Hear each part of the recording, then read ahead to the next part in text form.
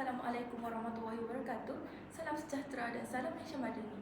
Yang berusaha Tuan Pengerusi Majlis, barisan hakim yang saya hormati, guru-guru serta rakan-rakan saya sekalian. Berdiri saya pada hari ini untuk menyampaikan pidato yang bertajuk Tiga Asas Rukun Negara, Pemangkin Kemajuan Negara. Hadirin yang dihormati, Rukun negara merupakan panduan hidup yang menyatukan rakyat Malaysia yang berbilang kaum, agama dan budaya. Walaupun terdapat 5 prinsip rukun negara, hari ini saya ingin mengupas 3 asas yang menjadi tunjang kepada keharmonian negara, iaitu kepercayaan kepada Tuhan, kesetiaan kepada raja dan negara, serta keluhuran perlembagaan. Pertama, kepercayaan kepada Tuhan. Prinsip ini mengajar kita bahawa setiap insan perlu mempunyai pegangan hidup yang baik. Agama mendidik kita supaya sentiasa jujur, berdisiplin, saling menghormati dan mengasihi antara satu sama lain. Walaupun berbeza kepercayaan, rakyat Malaysia hidup dalam suasana aman kerana kita mempunyai hak setiap individu. Nilai inilah yang menjadikan Malaysia sebuah negara yang unik dan harmoni.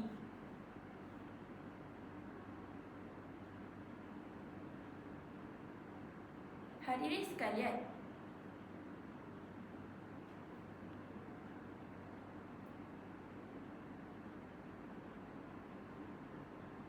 prinsip kedua ialah kesetiaan kepada raja dan negara. Raja merupakan lambang perpaduan dan kedaulatan negara. Sebagai rakyat yang cintakan tanah air, kita hendaklah menunjukkan kesetiaan dengan mematuhi undang-undang, menjaga keamanan serta mempertahankan maruah negara. Semangat patriotisme bukan sekadar mengibarkan jalur gemilang pada bulan kemerdekaan, tetapi juga ditunjukkan melalui sikap bertanggungjawab, rajin menuntut ilmu dan sentiasa berusaha mengharumkan nama Malaysia.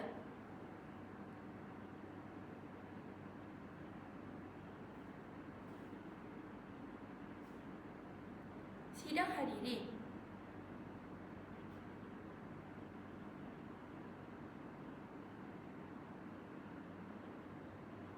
prinsip ketiga ialah keluhuran perlembagaan. Perlembagaan persekutuan ialah undang-undang tertinggi negara yang menjadi asas kepada sistem pemerintahan Malaysia. Melalui perlembagaan, hak rakyat dipelihara, keadilan ditegakkan dan keamanan dikekalkan. Oleh itu, setiap rakyat perlu menghormati perlembagaan agar negara terus stabil dan bebas daripada perselisihan.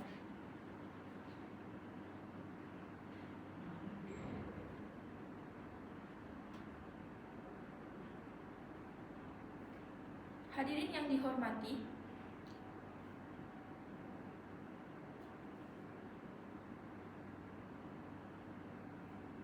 sebagai jeneral Muslim muda, kita ialah pewaris masa depan negara. Kitalah yang menentukan sama ada rukun negara terus dihayati atau sekadar menjadi lafaz dalam majlis rasmi. Oleh itu, marilah kita mengamalkan nilai murni, menghormati institusi raja dan mematuhi perlembagaan dalam setiap tindakan kita.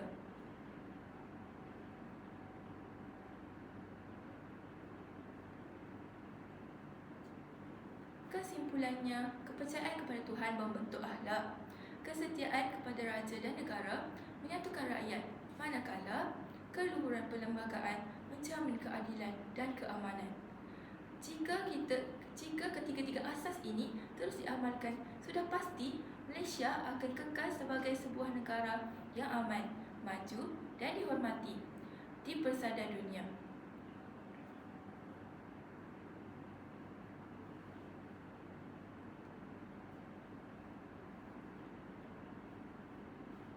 Ingatlah, rukun negara bukan sekadar untuk dihafal, tetapi untuk diamalkan bersama-sama. Kita menjadikan rukun negara sebagai panduan hidup di masa depan Malaysia yang lebih gemilang.